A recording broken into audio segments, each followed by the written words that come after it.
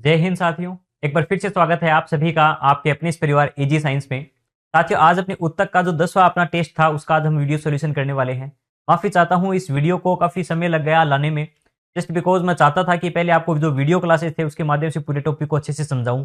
जो new updated notes थे उसके माध्यम से आप पहले खुद एक अच्छे से पढ़े इस टॉपिक को, और जो आपने टेस्ट दिया है या अब जो टेस्ट आप दे रहे हैं, अब कंटिन्यू जो भी टॉपिक अपने वीडियो क्लासेस के थ्रू होते रहेंगे, जो एक्सप्लेनेशन पूरी थ्योरी क्लासेस होगी उसके साथ साथ जो भी टॉपिक होगा अब कंटिन्यू आपकी वीडियो सॉल्यूशन भी मैं प्रोवाइड करवाता रहूंगा। तो साथियों, सबसे पहले देखिए हम बात करते हैं, ये जो टॉपिक है क्विक रिवीजन में आपको छोटा सा बता देता हूं इस टॉपिक से रिलेटेड, ताकि आज के जो भी क्वेश्चंस आए वो आप आसानी से पहचान सकें और आपको थोड़ा सा इससे रिवीजन भी हो जाएगा पूरे टॉपिक को। तो सबसे पहले देखिए हम थोड़ा बेसिक, यहाँ पर ज्यादा डिटेल में नहीं जाऊंगा मैं, लेकिन आपको बेसिकली बता देता हूं कि जो उत्तक टॉपिक है अपना टिश्यू वाला, सबसे पहले कुछ बेसिक बातें। उत्तक क्या है? कोशिकाओं का एक ऐसा समूह है जो संरचना में, कार्य में और उत्पत्ति में समान हो। ऐसी कोशिकाओं का समूह होता है जो संरचना में, कार्य में और उत्पत्ति में समान होते हैं, वो मिलकर क्या बनाते हैं? उत्तक। उत्तकों से अंग, अंग से तंत्र और तंत्र से शरीर बनते हैं। उत्तक जो है, उत्तक का अध्ययन हम करते हैं हिस्टोलॉजी में। हिस्टोलॉजी। अब हिस्टोलॉजी से संबंधित कुछ बेसिक बातें देखिए। सबसे पहले जो उत्तक शब्द ये किसने दिया? अगर हम बात करते हैं, उत्तक दो प्रकार के होते हैं, एक जंतु उत्तक और एक होता है अपना पादप उत्तक।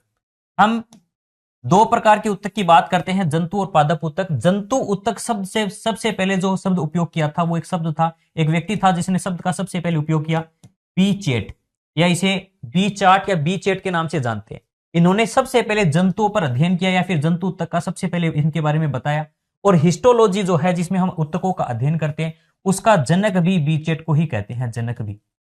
हालांकि हिस्टोलॉजी की ही एक, या मॉडर्न हिस्टोलॉजी कह सकते हैं, या इसी की एक ब्रांच है जिसके अंदर हम उत्तक का और गहनता से अध्ययन करते हैं, जिसे हम कह सकते हैं माइक्रोस्कोपिक एनाटॉमी कहते हैं वैसे तो इसकी ब्रांच को। उस जो आधुनिक एक होती की कह सकते हैं, या तो से आधुनिक, इसकी जो आधुनिक ब्रांच है उसके बारे में सबसे ज्यादा जिन्होंने रिसर्च की है उनका नाम है मार्सेलो मेलपिगी। तो ये जो मेलपिगी साहब है, इन्होंने क्या किया कि जो अपने उत्तक होते हैं, उत्तकों का और गहनता से माइक्रोस्कोपिक लेवल पर अध्ययन किया। तो एक नई ब्रांच इसकी बना दी, जिसे आधुनिक भौतिकी कह सकते हैं, मॉडर्न हिस्टोलॉजी, या फिर इसे जो मेन इस ब्रांच का नाम तो अपना है कि इसे माइक्रोस्कोपिक एनाटॉमी कहते हैं। और उसका जनक कौन है? मार्सेलो मेलपिगी है। जबकि सिंपल आपसे पूछे तो है वो बीचेट। और जंतु शब्द, जो सबसे पहले जंतु उत्तक शब्द का उपयोग भी सबसे पहले किसने किया? बीचेट ने। जबकि पादप उत्तक शब्द का सबसे पहले जो उपयोग किया था उसका नाम था ग्रीव। ग्रीव ने सबसे पहले किसका उपयोग किया था? पादप उत्तक शब्द का उपयोग किया था। ये कुछ बेसिक इंट्रोडक्शन है अपने उत्तक के टॉपिक से संबंधित, तो मेरे हिसाब से आपको आसानी से समझ में आया होगा क्या है, तो बेसिक इसका इंट्रोडक्शन है। अब देखिए साथियों, हम बात करते हैं यहां पर, थोड़ा सा और आगे लेकर चलता हूं आपको। जब हम बात करते हैं जंतु उत्तक और पादप उत्तक की, तो यहां से हम शुरुआत करते हैं, थोड़ा सा मैं आपको बता ही देता हूं, फिर हम थोड़ा सा क्वेश्चन के ऊपर बढ़ेंगे आगे। तो साथियों, अगर बात करूं मैं जंतु उत्तक का एक सारणी, देखिए ये टॉपिक एक ऐसा टॉपिक है, अगर आप सारणी बना के पढ़ते हैं तो आपको आसानी से पूरा एक अच्छे से माइंड में तैयार हो जाएगा। जंतु उत्तक है उसको हम चार भागों में बांटते हैं। पहला है उपकला, एपिथेलियम टिश्यू। दूसरा है संयोजी उत्तक, कनेक्टिव टिश्यू, संयोजी उत्तक। और तीसरा है अपना पेशीय उत्तक, मस्कुलर टिश्यू। और चौथा अपना है कंकाल उत्तक, सॉरी अपना तंत्रिका उत्तक, तंत्रिका उत्तक, नर्वस टिश्यू। ये चार प्रकार के अपने उत्तक है, epithelium tissue, connective tissue, muscular tissue और नर्वस टिश्यू। अगर कुछ बेसिक देखिए बात, यहां से एग्जाम में प्रश्न आ सकता है, एक अच्छा प्रश्न यहां से पूछा भी गया है कि कौन सा ऐसा उत्तक है। देखिए अपने हमने बात की थी जब जनन वाले टॉपिक में, तो एक नाम आया था कि अपने जो जननिक स्तर होते हैं भ्रूण अवस्था में, तीन एक लेयर होती है जिससे हमारे शरीर के सभी अंग बने हैं, या जितने भी उत्तक है वो बनते हैं। उसमें तीन स्तर कौन सी होती है? देखिए मान लीजिए तीन स्तर हमने बात की थी, सबसे आंतरिक स्तर होती है उसे हम कहते हैं हमें एंडोडर्म, एंडोडर्म। बीच की जो एक लेयर होती है उसे हम कहते हैं मीजोडर्म, और सबसे बाहर की एक लेयर होती है उसे हम कहते हैं अपना एक्टोडर्म, अपना एक्टोडर्म। तो ये तीन प्रकार की लेयरों की बात करते हैं। अब यहां से देखिए, अगर चारों उत्तकों में आपसे एग्जाम में प्रश्न आ जाए बाई चांस कि कौन सा, जैसे यहां से प्रश्न आया था एक बार, शायद फर्स्ट ग्रेड के मेन पेपर में प्रश्न पूछा जा चुका है, तो इससे एक पर्सन का एक आइडिया होता है कि इस प्रकार के एग्जामिनर प्रश्न बना सकता है। तो साथियों याद रखना, एपिथेलियम जो टिश्यू होता है इसमें तीनों ही लेयर, चाहे वो एक्टोडर्म हो, चाहे वो मीजोडर्म हो, या फिर हम बात करते हैं एंडोडर्म हो, ये तीनों ही लेयर से मिलकर बना है। तीनों ही स्तर इसमें बनाने में सहायक होते हैं या इन्हीं से बनाए। जबकि ये केवल मध्य में, देखो दोनों ऊतक जो है मध्य में पढ़ा रहा हूं मैं, दोनों यानी दोनों मध्य लेयर से बने हैं मेसोडर्म से। ये भी मेसोडर्मल है और ये भी मेसोडर्मल है। अगर आपको रक्त वाला टॉपिक याद है तो मैंने आपको बताया था अपना हृदय है, हमारा रक्त वगैरह है, ये सारे जो भ्रूण के मेसोडर्म वाली लेयर होती है, मध्य जो स्तर होता है उससे बनते हैं अपना हृदय वगैरह, ये अंग होते हैं। और जबकि तंत्रिका तंत्र वाला टॉपिक पढ़ाया था तो मैंने कहा था ये एक्टोडर्मल है। एक्टोडर्म हमारी त्वचा वाला पार्ट है खास करके, वो मुख्य रूप से वैसे तो एक्टोडर्मल होता है, लेकिन अगर आपसे केवल ऊतकों के बारे में पूछ रहा है तो याद रखना कि तंत्रिका जो ऊतक है ये तो किससे बनते हैं, अपने एक्टोडर्मल वाले लेयर से। ये पेशीय ऊतक है ये मेसोडर्म से, ये संयोजी है मेसोडर्म से, और ये बनता है अपना एक्टो, मेसो और एंडो से। हमारे शरीर के कितना अपने जो संपूर्ण शरीर का भार है उसका कितना परसेंटेज योगदान कौन से ऊतक का है, तो ये हमारे शरीर का लगभग 10% हिस्सा बनाए हुए है। इसका जो है ये शरीर में लगभग हमारे 20 से 30% हिस्सा इसका है, जबकि 40 से 50% हिस्सा है वो इसका है, और लगभग 10% हिस्सा इसका है। मैं आपको एक क्विक रिवीजन दे रहा हूं, एक ओवरव्यू बता रहा हूं इस टॉपिक का, ताकि आप जब क्वेश्चंस को अटेम्प्ट करें तो आपके दिमाग में ये बातें आ जाए कि हाँ ये चीजें हमने इतनी आसानी से पहले पढ़ रखी है, ताकि टॉपिक पहले समझ भी ले एक प्रकार से। हालांकि देखिए वीडियो क्लासेस मैंने इसकी ली है, लगभग 4 क्लास में पूरा टॉपिक अच्छे से एक्सप्लेन किया है, वहां आप चाहें तो उस पूरी कोर्स के अंदर आप देख सकते हैं। फिलहाल यहां पर हम ऊपर से ओवरव्यू ले रहे हैं टॉपिक का। अब देखिए वैसे उपकला ऊतक का मुख्य रूप से क्या क्या होता है, ये शरीर को एक प्रकार से प्रोटेक्शन दे रहा है, जैसे हमारी त्वचा हो सकती है तो ये एक आवरण बनाए, हमारे शरीर का एक आवरण बनाता है जो प्रोटेक्शन देता है। इसके अलावा इसका कई और काम है, शरीर में जो ग्रंथियां बनी हुई है वो भी मुख्य रूप से उपकला ऊतक की बनी होती है। हमारे शरीर में अगर चीजों का जो ग्रंथियों का काम होता है चीजों को स्रावित करना, चीजों का अवशोषण करना, स्त्राव करना या प्रोटेक्शन करना, इसका मुख्य काम है। संयोजी या कनेक्टिव टिश्यू का मुख्य रूप से काम होता है ये शरीर के अंदर चीजों को जोड़ता है, दो ऊतकों को या अन्य अंगों को आपस में कनेक्ट किए हुए है। जैसे रक्त एक तरल संयोजी ऊतक है, हमारी हड्डियां हैं वो शरीर को जोड़े हुए हैं तो हड्डियां भी एक ऊतक है, हमारी अस्थि है, उपास्थि है, रक्त है, और वशीय ऊतक है जो हमारी चर्बी का जमाव हो जाता है। ये सभी के सभी किसके ऊतक है, संयोजी ऊतक के प्रकार है। पेशीय ऊतक, मस्कुलर टिश्यू, हमारी जो मांसपेशियां है ये हमारे शरीर को एक मूवमेंट देने में, गति या संचलन करने में मदद करता है। हमारी शरीर की हाथ पैर की गतियां हो या हम जो मूवमेंट कर पाते हैं ये सब के सब किस ऊतक के कारण पॉसिबल है, पेशी। हमारा जो हृदय धड़कता है तो हृदय की अंदर जो धड़कन उत्पन्न हो रही है वो भी एक प्रकार का कैसा है, अपने पेशीय अंग ही है। तो यानी हमारी मांसपेशियां क्या होती है, हमारे शरीर को गति और संचलन में मदद करती है। तंत्रिका ऊतक हमारे शरीर में संदेशों का आवागमन, जो संदेश है, जैसे मान लीजिए संवेदी अंगों से सूचनाएं दिमाग तक जा रही है, वापस सूचनाएं वापस आ रही है, तो ये जो सूचनाओं का आवागमन है उसमें मदद करता है तंत्रिका ऊतक। अब थोड़ा सा और बता देता हूं, उपकला जो ऊतक होते हैं, हमारे जो उपकला ऊतक है उसको हम दो भागों में बांटते हैं, एक सरल उपकला, एक होती है संयुक्त उपकला। सरल और संयुक्त। सरल का मतलब होता है जब कोशिकाओं की एक, देखिए कोशिकाओं का समूह तो एक समान, या कोशिकाओं का एक ऐसा समूह जिसमें कोशिकाओं की एक ही परत हो तो उसे सरल उपकला। और जब बहुत ऐसी ही ये एक जैसी अगर बहुत सारी परतें हो, एक से अधिक जब परत मिल जाए तो उसे संयुक्त उपकला कहते हैं। सरल के अंदर अब इनकी जैसे कोशिका किस आकार की है उसके आधार पर इनके कई प्रकार है। सरल सल्की है, सरल घनाकार है, सरल स्तंभाकार है, पक्षमाभीय है। वो यहां पर हम थोड़ा सा जैसे जैसे क्वेश्चन आएंगे मैं आपको समझाऊंगा। और ये कहां एक एग्जाम में प्रश्न सबसे ज्यादा संभावना है इस टॉपिक से पूछे जाने की, कि प्रश्न आता है इस प्रकार से कि बताइए हमारी वायु कुपेकाओं में किस प्रकार की ऊतक देखने को मिलते हैं। सिंपल सा प्रश्न आया तो ऊपर ऊपर से पूछ लेगा उपकला ऊतक, संयोजी ऊतक, पेशीय ऊतक या तंत्रिका ऊतक। और अच्छे लेवल का प्रश्न जो पूछा ज्यादा संभावना यह है आपसे पूछ लेगा कि वो सरल सल्की है, सरल घनाकार है, सरल स्तंभाकार है या पक्षमाभीय है। अब इस प्रकार के प्रश्न आते हैं तो मैं आपको बेसिक बता दूं, सल्क का मतलब क्या है। इस प्रकार से चपटी कोशिकाएं, इस प्रकार से अगर चपटी चपटी कोशिकाओं का एक समूह इस प्रकार से बना हुआ है और चपटा ही केंद्रक होता है तो ऐसी कोशिकाओं का जो एक सिंगल अगर लेयर बनती है तो उसे सरल सल्की कहते हैं। अगर यही लेयर बहुत सारी हो तो उसे हम बोलेंगे स्तरित या संयुक्त सल्की। सरल सल्की का मतलब एक ही लेयर है। ये मोस्टली हमारी वायु कुपिकाओं में, रक्त की वाहिनियों में देखने को मिलती है। एनसीईआरटी की अगर छोटी क्लासों में देखें, बड़ी क्लासों में देखें तो और भी कई जगह, जैसे हमने नेफ्रॉन के अंदर बोमन संपुट का नाम सुना है, अवरोही भुजा होती है अपने उसकी, अपने हेनले का लूप होता है उसकी, तो उसके अंदर हमने कई जगह ये नाम पढ़े हैं। लेकिन अपने बेसिक दो ही नाम याद रखने, रक्त की नलिकाएं यानी जो रक्त की आंतरिक नलिकाएं होती है उसमें सरल सेल की उपकला होती है और वायु कुपिकाएं होती है। या आप इस प्रकार से याद कर सकते हो, श्वसन के टॉपिक में मैंने आपको बताया था कि जो गैसों का आदान प्रदान होता है रक्त से वायु कुपिकाओं के मध्य, तो एक पतली लेयर होती है विसरण के थ्रू वहां से हो जाता है। तो पतली परत जहां पाई जाती है वो वायु कुपिकाएं एल्वियोलिज और ब्लड कैपिलरीज या जो केशिकाएं रक्त की नलिकाएं होती है वहां। घन, घन को घर से याद रख सकते हो, घर घरस्थी, तो घर ग्रंथि से याद रखना। ये मुख्य रूप से आपको ग्रंथियों में देखने को मिलती है। हमारे शरीर की जो वर्षण है, अंडाशय है, लार ग्रंथियां है, उसमें मुख्य रूप से आपको घनाकार उपकला देखने को मिलती है। सामान्य रूप से सरल घनाकार भी हो सकती है, संयुक्त घनाकार भी कुछ ग्रंथियों में देखने को मिलती है।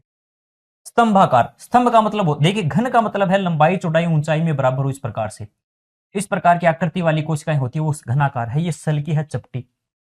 स्तंभाकार मतलब लंबे लंबे स्तंभ, इस प्रकार से इसे, इस प्रकार की अगर कोशिकाओं का समूह जब एक स्तर बनाता तो उसे कहते हैं सरल स्तंभाकार।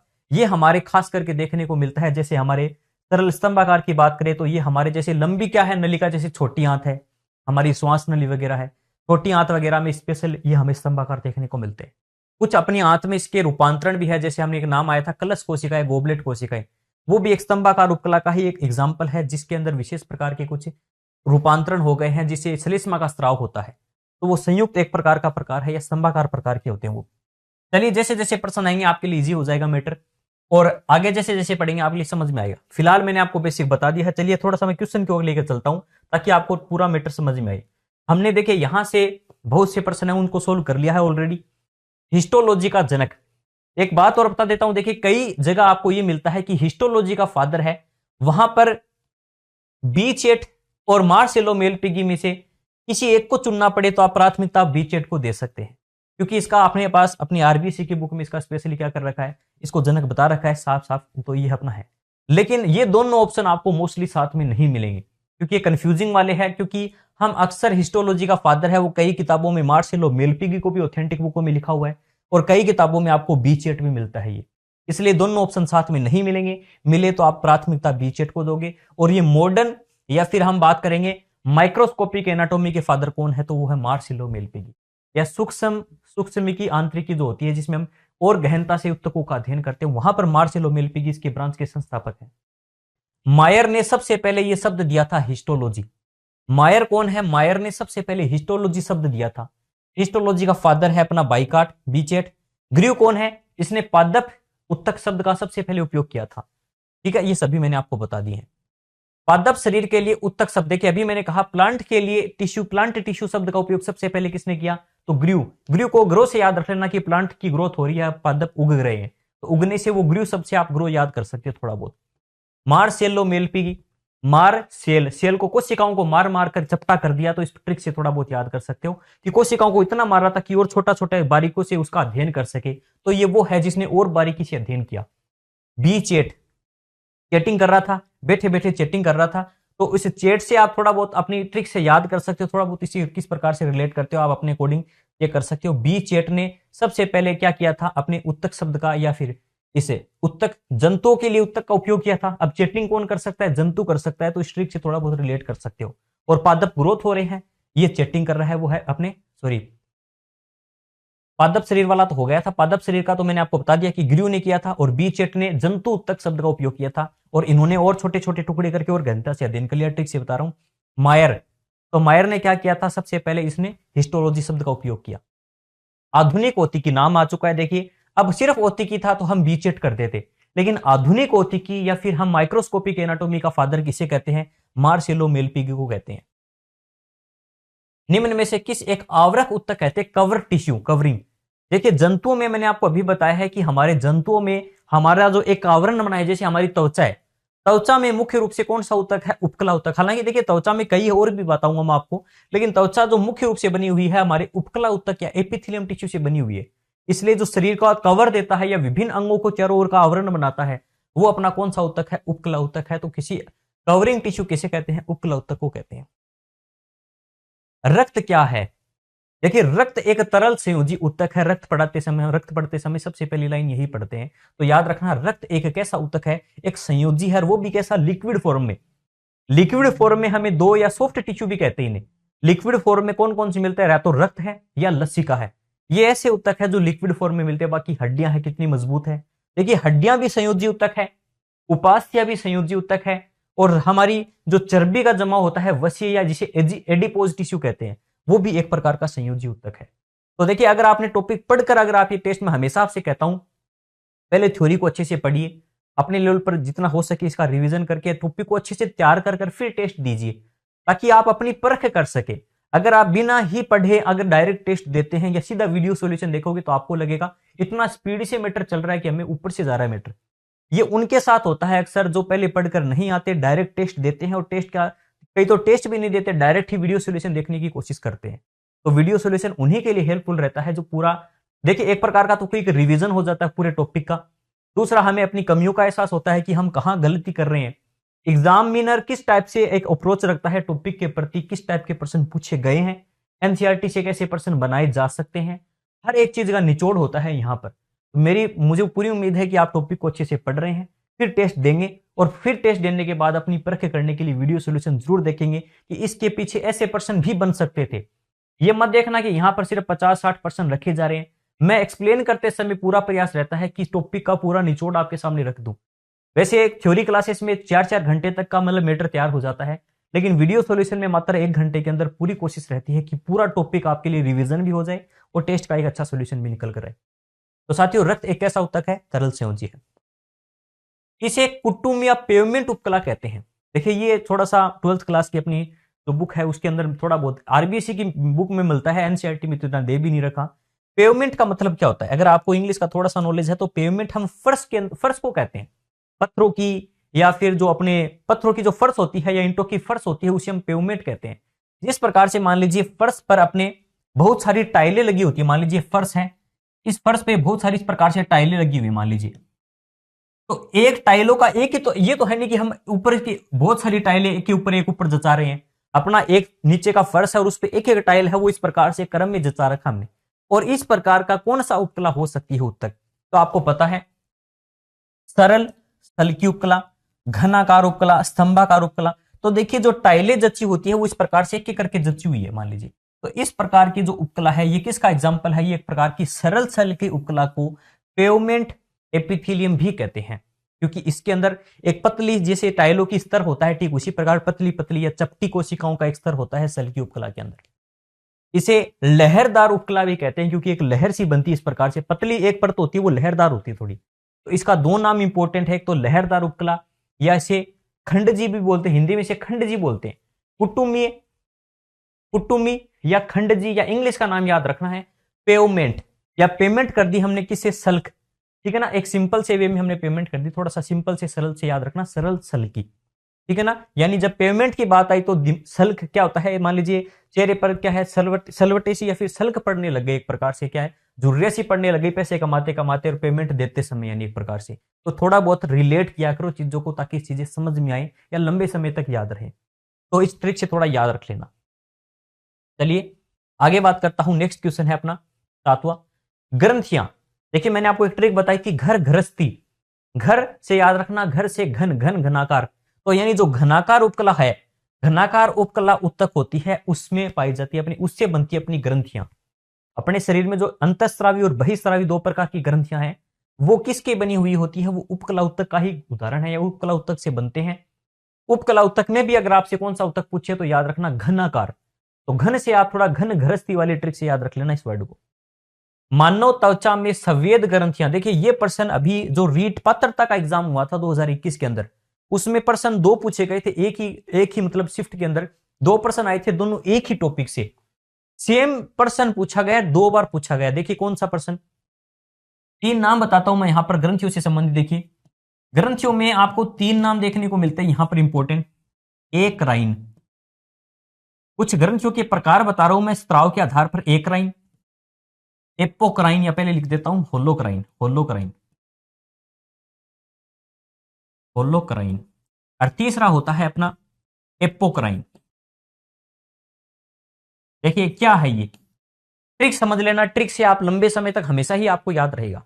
ट्रिक देखो, क्राइन शब्द तो सभी में आ रहा है, क्राइन का मतलब आप देखते ही समझ जाओ, जैसे एंडोक्राइन, एक्सोक्राइन। तो एंडो एक्सोक्राइन जो होते हैं, ये मोस्टली एक्सोक्राइन जो ग्रंथि होती है, बहिस्रावी ग्रंथियां, बहिस्रावी ग्रंथियों का जो स्त्राव है उसके आधार पर ये नाम रखे गए हैं। ये प्रकार है बहिस्रावी ग्रंथियों के प्रकार, एक प्रकार से ही। जैसे बहिस्रावी ग्रंथियां कौन सी होती है, अपनी लार ग्रंथियां, या जो हम पाचन में जो ग्रंथियां पढ़ रहे थे, हमारी स्वेद ग्रंथियां हो सकती है पसीने वाली, तेलीय ग्रंथियां हो सकती हैं जो तेल या सीबीसीएस जैसे चिपचिपे पदार्थ का स्त्राव करते हैं, इन तेलीय या सीबीसीएस ग्रंथियां कर सकते हैं। स्तन ग्रंथियां हो सकती है।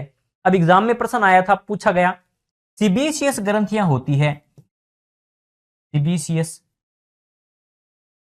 ये किस प्रकार की ग्रंथियां, ये तेलीय ग्रंथियां या सीबीसीएस ग्रंथियां किस प्रकार की ग्रंथियां हैं। और उसी एग्जाम में प्रश्न पूछ लिया, बताइए स्तन ग्रंथियां किस प्रकार की होती है। ऑप्शन में क्या दे दिया, एक्राइन, होलोक्राइन, एपोक्राइन या उपरोक्त सभी, या इनमें से कोई नहीं, इस टाइप के ऑप्शन मिल गए। अब मैं आपको ट्रिक बताता हूं, उससे देखिए समझिए इस बात को। यहां पर एक शब्द लिखा है ए क्राइन, क्राइन तो सभी में है, ए क्राइन। होलो, WHOL ही होल शब्द लिख रहा हूं, होल का मतलब यहां पर ये दूसरा है, लेकिन मैं थोड़ा ट्रिक बनाने के लिए इस होलो को होल से, होल का मतलब होता है कंप्लीट, वोल हम पढ़ते हैं ना शब्द को इंग्लिश में, वोल का मतलब होता है कंप्लीट, सभी चीजें सम्मिलित हो जिसके अंदर, यानी वो इस होल शब्द से याद रख लेना। और एप्पो का मतलब आप याद रखना कि इसमें ए भी आ रहा है, और पी का मतलब आपको मैं थोड़ा सा बताऊंगा, पहले सुनो देखो इस बात को।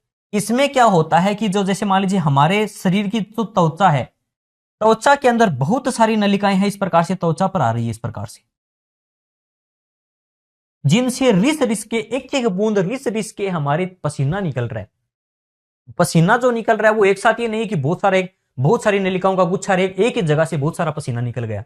हमारी संपूर्ण त्वचा के ऊपर छोटे छोटे छिद्र से हैं, जहां पर अंदर की ओर कुछ ग्रंथियां हैं जो स्वेद का स्त्राव कर रही है, पसीने का स्त्राव कर रही है। और ट्रिक कुछ इस प्रकार से है कि पसीना एक एक बूंद रिस रिस के निकल रही है, एक एक बूंद, यानी एक एक बूंद से ए का मतलब होता है एक। जब एक एक बूंद निकले तो एग्जाम्पल किसका है, ये है स्वेद ग्रंथियों का। स्वेद ग्रंथियां किस प्रकार की ग्रंथियां हैं, ये एक्राइन प्रकार की ग्रंथियां, ये मैं आपको पहले भी बता चुका हूं, पाचन के टॉपिक में सेम चीज मैंने आपको एक्सप्लेन की थी, आपको याद हो तो। होलोक्राइन, होल का मतलब होता है कंप्लीट, जब सारी चीज एक साथ ही निकल जाए, एक एक करके रिस रिस के ना निकले, एक साथ ही निकल जाए। जैसे हमारी त्वचा पर कई बार पिंपल्स होते हैं, पिंपल्स में क्या होता है कि हमारी त्वचा है उसमें एक ही स्थान पर बहुत सारे लिक्विड या गाढ़ा लसलसा पदार्थ स्रावित, या एक जगह हमारा जो रीस वगैरह है वो यहां पर जमा हो चुका है, तेलीय पदार्थ एक प्रकार से जमा हो चुका है इसे। अब क्या होता है, ये होता क्यों एक जगह, क्योंकि बहुत सारी नलिकाएं हैं यहां पर, मान लो आकर एक ही जगह पर बहुत सारी चीजों का स्त्राव कर लिया, इकट्ठा कर लेती है चीजों को, और जब एक साथ फूटती है तो एक ही जगह से बहुत सारा पदार्थ एक साथ निकल गया। तो होलोक्राइन ग्रंथियां इस प्रकार की ग्रंथियां होती है जो अपने रस को एक विशेष, या आप कह सकते हैं एक जगह पर इकट्ठा कर एक साथ स्रावित करती है। ये एक एक करके स्रावित नहीं कर रही, ये एक साथ स्रावित कर रही है, ट्रिक से याद कर लेना। जैसे एग्जांपल है हमारे जो, जैसे मान लीजिए पिंपल्स हो गया, तो पिंपल्स में एक साथ सारा पदार्थ आके इकट्ठा हो गया, जैसे लिक्विड हम ऑयली चीजें खा लेते हैं तो पिंपल्स हो जाते हैं, तो उस ट्रिक से याद रख लेना। तेल ग्रंथियां, या जो अभी नाम बताया मैंने सीबीसीएस, सीबीसीएस ग्रंथियां, सीबीसीएस का मतलब भी होता है चिपचिपा मोम जैसा पदार्थ, तो तेल या सीबीसीएस ग्रंथियां वो होलोक्राइन प्रकार की होती है। एपो, ए का मतलब एक, यानी एक नलिका थी, फिर उससे बहुत सारी नलिकाएं इस प्रकार से आके जुड़ गई, एक ही जगह पर जब बहुत सारी नलिका आके जुड़ जाए तो ये हमारे एक प्रकार से स्तन का साकार बना रही है। तो इस प्रकार की ग्रंथियां को हम कहते हैं, ये किस, एक स्तन ग्रंथियां किस प्रकार की ग्रंथियां हैं, ये एपोक्राइन प्रकार की ग्रंथियां होती है। किस प्रकार की होती है, एपोक्राइन। तो स्तन ग्रंथियां एपो, होल का मतलब तेल ग्रंथियां, और एक्राइन का मतलब हो गया स्वेद ग्रंथि। अब आप पहचान सकते हैं त्वचा में जो स्वेद ग्रंथियां होती है, अपने जो स्वेट ग्लैंड्स होती है, वो किस प्रकार का उदाहरण है, तो आप याद रखना स्वेद ग्रंथियां एक्राइन का एग्जाम्पल है, इसका है एक्राइन का। ठीक है, चलिए आगे बढ़ते हैं। अब आप खुद बताना नेक्स्ट, मानव में जो स्तन, मादा मानव में जो स्तन ग्रंथियां हैं वो किसका उदाहरण है, तो एपोक्राइन।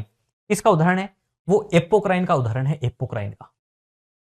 मानव त्वचा की तेलीय ग्रंथियां या सीबीसीएस ग्रंथियां होती है, वो किसका उदाहरण है, वो होलोक्राइन का उदाहरण है, होलोक्राइन का। ठीक है ना, आप समझ में आ रहे हैं मैटर। अब देखिए पादप उत्तकों को किस आधार पर बांटा गया है, प्लांट टिश्यू को सिंपली किस आधार पर बांटा। देखिए प्लांट टिश्यू दो प्रकार के होते हैं, एक होते हैं जिनमें विभाजन होता है, एक में जिनमें विभाजन नहीं होता। विभाजन जिनमें होता है उन्हें विभज्योतक कहते हैं, जिनमें विभाजन नहीं होता उन्हें स्थायी उत्तक कहते हैं। तो इस आधार, मेन आधार क्या था, विभाजन क्षमता के आधार पर बांटा, तो हम कह सकते हैं कि जिनमें विभाजन हो सकता है उस आधार पर बांटा, तो हम कह सकते हैं विभाजन क्षमता के आधार पर हमने ये डिवीजन किया है या क्लासिफिकेशन किया उनका। पादपों में लचीलापन, फ्लेक्सिबिलिटी, देखिए विभज्योतक और फिर स्थायी उत्तक। स्थायी उत्तक, हम आप थोड़ा सा प्लांट के बारे में भी बेसिक थोड़ा सा बता देता हूं। देखिए जो प्लांट टिश्यू होते हैं, अपने पादप उत्तक होते हैं, उनको हम दो भागों में बांटते हैं। एक सरल, सॉरी पहले हमने सिंपल विभोजक, और दूसरा है अपना किस प्रकार का उत्तक, स्थायी उत्तक। स्थायी उत्तक भी दो प्रकार के होते हैं, एक सरल स्थायी और एक होते हैं जटिल। जटिल उत्तक और सरल उत्तक। फिर सरल उत्तक होते हैं तीन प्रकार के, मर्दुत्तक, स्थूलकोण उत्तक और तीसरा है अपना दृढ़ उत्तक। ठीक है, सिंपली बता रहा हूं एक बार के लिए। तो तीन प्रकार के होते हैं, मर्दुत्तक, स्थूलकोण उत्तक, दृढ़ उत्तक। जटिल उत्तक दो होते हैं अपने, जाइलम और फ्लोएम। विभोजक तीन होते हैं अपने, शीर्षस्थ, अंतर्वेशी और तीसरा होता है पार्श्विक। पार्श्विक, लेटरल मेरिस्टेम, इंटरकेलरी, ठीक है ना, और एपिकल। मर्दुतक पेरेनकाइमा, कोलेनकाइमा और स्क्लेरेनकाइमा, जाइलम और फ्लोएम। देखिए ये जो अपनी बात कर रहे हैं हम, मेन अपने पादप को हमने सबसे पहले पादप उत्तकों को दो भागों में बांटा कि जिनमें विभाजन हो सकता, उन्हें विभोजक या वृद्धि उत्तक कह दिया। जिनमें विभाजन की क्षमता नहीं पाई जाती उन्हें स्थायी उत्तक कह दिया। अब शीर्षस्थ विभोजक कौन से होते हैं, देखिए मैं आपको एक छोटा सा एक डायग्राम से बता देता हूं, बस इतनी सी बात है इनमें। देखिए कोई प्लांट होता है, उसका जो सबसे ऊपर का भाग होता है उसमें पाए जाते हैं शीर्षस्थ विभोजक। शीर्ष का मतलब सबसे ऊपर एपिकल पार्ट में पाए जाते हैं, जिसका काम होता है पादप की जो लंबाई में वृद्धि करना। ये लंबाई में वृद्धि करते हैं। अंतर्वेशी क्या है, देखिए जब क्या होता है लंबाई में वृद्धि होगी तो अब पादप मान लीजिए लंबा होकर यहां तक आ चुका है, तो अब जो शीर्ष विभोजक होंगे वो यहां ना होकर अब यहां होंगे। तो इसका जो पीछे बचा हुआ भाग है, बीच बीच में कुछ स्थायी उत्तक आ जाते हैं और बच्चे में बीच में कुछ विभोजक रह जाते हैं। कुछ स्थायी क्षेत्र के अंदर भी कुछ विभोजक रह जाते हैं। इस प्रकार के जो रहे हुए उत्तक है उनको हम कहते हैं अंतर्वेशी, बीच बीच में पाए जाते हैं। खास करके शब्द याद रखना, पर्वस्तंधीय या इंटरनोड के पास पाए जाते हैं। इंटरनोड पर कौन सी उत्तक देखने को मिलते हैं, उन्हें कहते हैं अंतर्वेशी, या बीच में रह गई। बीच बीच में इस प्रकार से इनका स्थायी क्षेत्र होता है और बीच में पाए जाते हैं कौन सी उत्तक, अंतर्वेशी विभोजक। ऊपर होता है शीर्षस्थ, बीच बीच में होते हैं अंतर्वेशी, और पादप के साइड वाले भाग में होते हैं पार्श्विक या पार्श्व विभोजक, लेटरल मेरिस्टेम।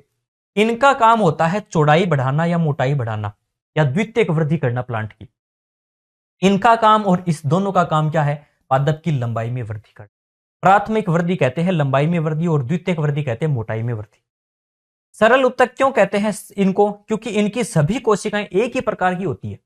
गोल है तो सभी गोल ही होंगी, अगर बहुभुजी है तो सभी बहुभुजी होंगी। यानी इनकी जो एक कोशिकाओं, जैसे मान लीजिए गोल कोशिकाएं या अंडाकार है तो सभी एक ही प्रकार की कोशिकाओं का एक समान एक क्या बनता है, उत्तक बनता है। जबकि जटिल उत्तक में क्या होता है, कोशिकाएं एक से अधिक प्रकार की होती है। कुछ लंबी हो सकती है, लंबी बेलनाकार होती है मान लीजिए, कुछ नुकीली हो सकती है इस प्रकार से, कुछ तंतुओं के रूप में हो सकती है। यानी इनमें कोशिकाएं जो होती है वो एक से अधिक प्रकार की होती है। चार, मोस्टली जाइलम में भी 4 प्रकार की कोशिकाएं पाई जाती है और फ्लोएम में भी 4 प्रकार की होती है। जाइलम में कौन कौन सी होती है, जैसे मान लीजिए वाहिनिकाएं, वाहिकाएं, जाइलम मर्दुतक और जाइलम रेसे।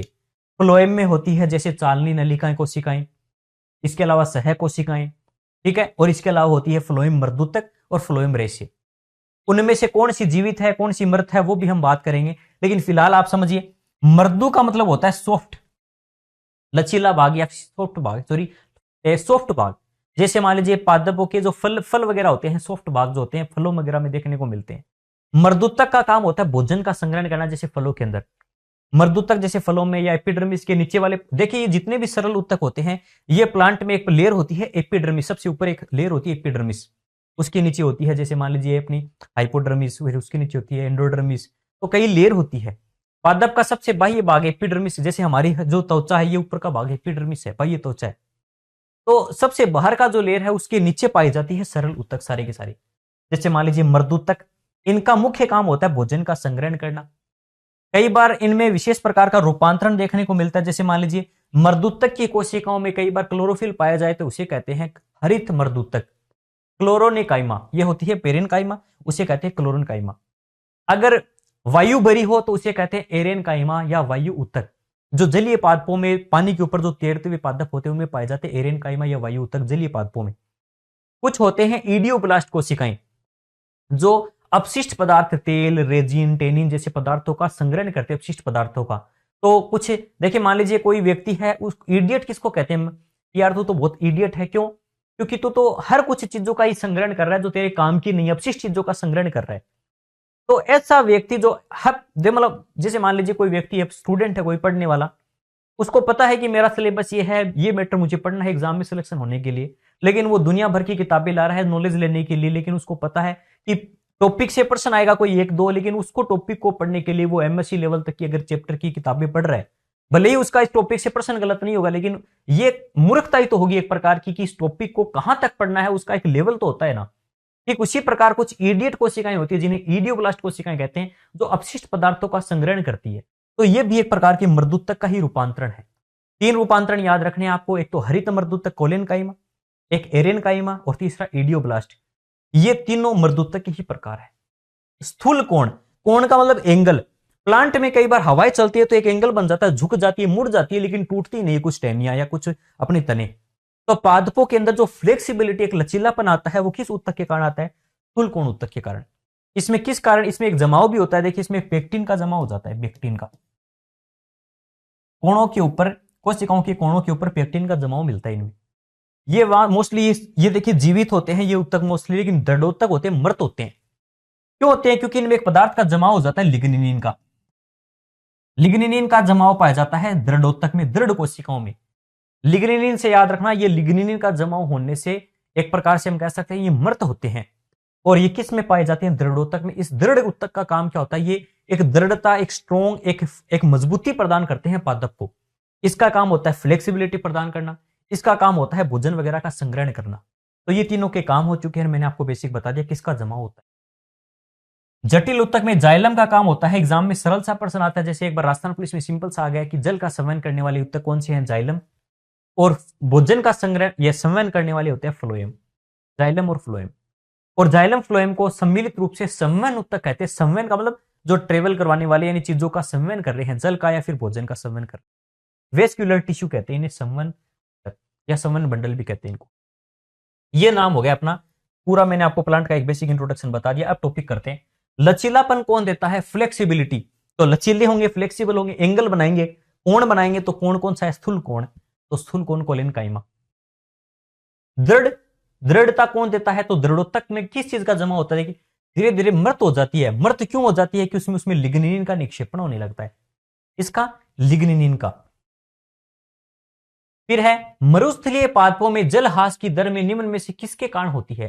देखिए जो मरुस्थलीय पादप होते हैं, जैसे अपने जिन्हें हम कहते हैं जैसे जीरोफाइट्स, या जो ड्राई जो अपने अपने प्लांट्स होते हैं, जीरोफाइट जिन्हें कहते हैं, उनमें क्या होता है? एपिडर्मिस की मोटी लेयर होती है और एपिडर्मिस के बाहर एक आवरण और पाया जाता है जिसे क्यूटिकल कहते हैं। एक आवरण पाया जाता है क्यूटिकल का, जो पादपों में से जल के ह्रास को कम करता है। बिल्कुल भी नहीं, ये नहीं है कि जल आर पार भी नहीं हो सकता, ऐसा भी नहीं है। वो होता है सुबेरिन के कारण। एक पदार्थ और बताऊंगा मैं आपको, सुबेरिन का जमा होने से जल और गैसों का आवागमन नहीं हो सकता।